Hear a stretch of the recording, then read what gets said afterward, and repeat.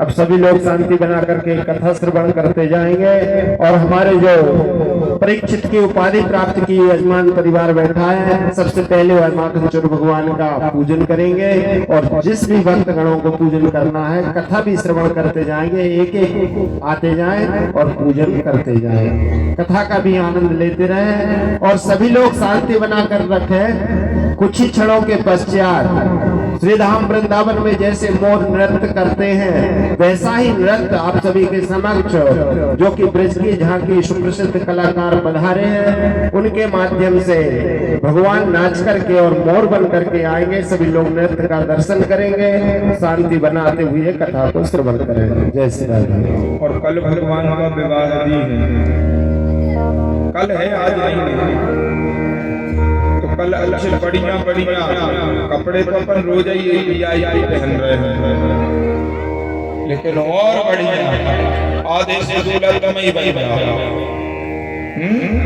और सखियां भी आई, मां रुक्मणी खूब सज आइयो मैया और भैया। कल भगवान का खूब दिव्य विवाह उत्सव मनाएंगे। यहाँ भगवान ने माखन चोरी लीला करी, गोपियों ने शिकायत करी।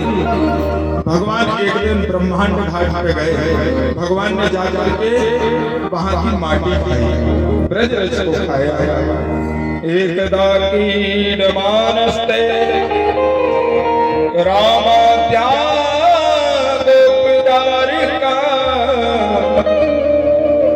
कृष्णो मृदम भक्षित मानिति मात्रे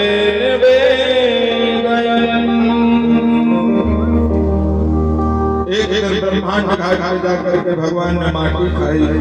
क्यों खाई भैया? क्योंकि जिस ब्रज की रज को अपने माथे से लगाने से भगवान की भक्ति प्राप्त हो जाती है, ऐसी ब्रज रज को मेरे मैया ने शिकायत कर दी कि मैया तेरे लाला ने माटी खाई। भगवान ने कहा मैया मैंने माटी नहीं खाई। मधुमंगल बोलो कि तेरे मुंह में होगी। श्री दामा बोलो कि अरे भैया कब की माटी खाई, पेट में धर गई होगी। बोले कछु तो दांत में लगी होगी। मैया क्या को मुंह खुलवा के दे। जय श्री मैया के पास में पहुंचे, मैया ने कान पकड़े और बोले कि मोरे मंदातमन बंदरों के साथ में रह के तू भी मरकट बुद्धि हो गया, तूने माटी खाई।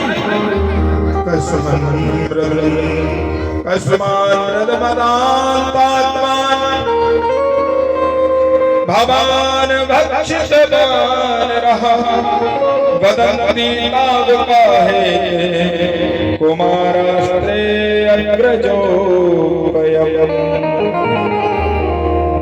कहा कि अरे बलगाऊ झूठ नहीं बोल रहा, तूने माटी खाई है मुंह खोल। भगवान ने कहा मैया मैंने माटी नहीं खाई है, झूठ ही बोल रहा है। बोले तू मुंह खोल। भगवान ने अपना मुंह खोला महाराज। नाहं भक्षितवान् सर्वे मिथ्याभिशंसिना, यदि सत्यगिरिस्तर्हि समक्षं पश्यमे मुखम्।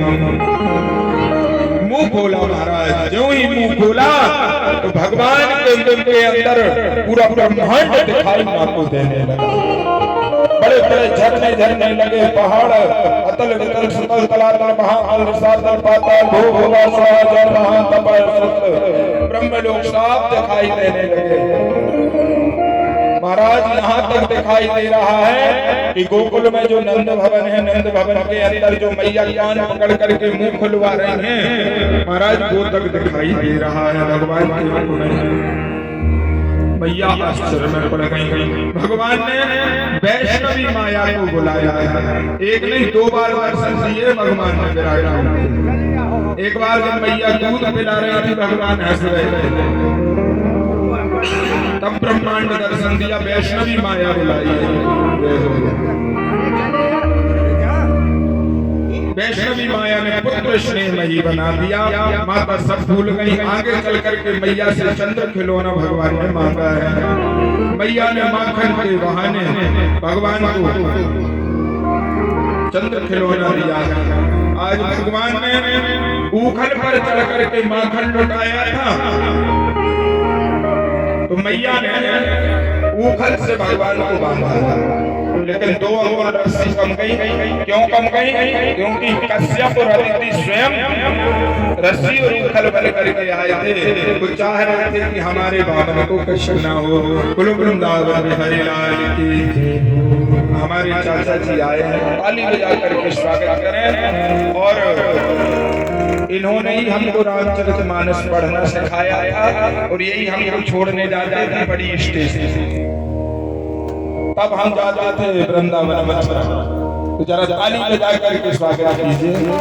बोलो वृंदावन बिहारी लाल की। इधर महाराज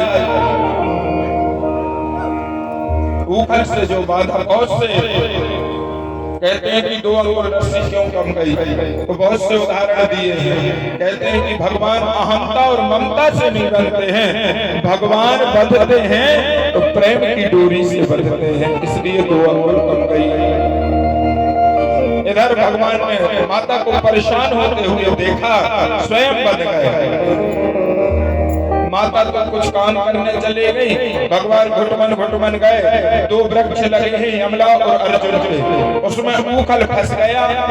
भगवान ने एक चोर का झटका दिया तो दोनों वृक्ष गिरे, उसमें से 2 पुरुष उछले, स्तुति करने लगे।